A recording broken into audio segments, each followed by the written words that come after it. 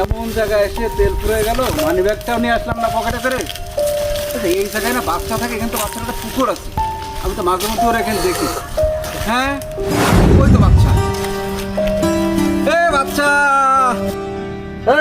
আরে বন্ধু বন্ধু, একটা বিপদে পড়ে গেলাম যে আস্তে আস্তে গাড়ি তেল ফুরিয়ে গেল। যাক, তোর সাথে দেখা হয়ে গেল বন্ধু। তো 200 টাকা দে তো তেল কিনি। আরে বন্ধু, তুই এমন সময় আইছিস, আমার কাছে 1 টাকাও নেই। আমার কাছে টাকা থাকতো যদি তোরে দিলি তো আমার খুব ভালো লাগতো। বন্ধু, তাহলে তোর কাছে টাকা নেই, তাহলে আমি এখন কি করব? বিপদে পড়ে গেলাম। তো একটা কল আছে। হ্যালো, কি 1000 টাকার নোট পকেটে রাখলে অটো গায়েব হয়ে যাচ্ছে?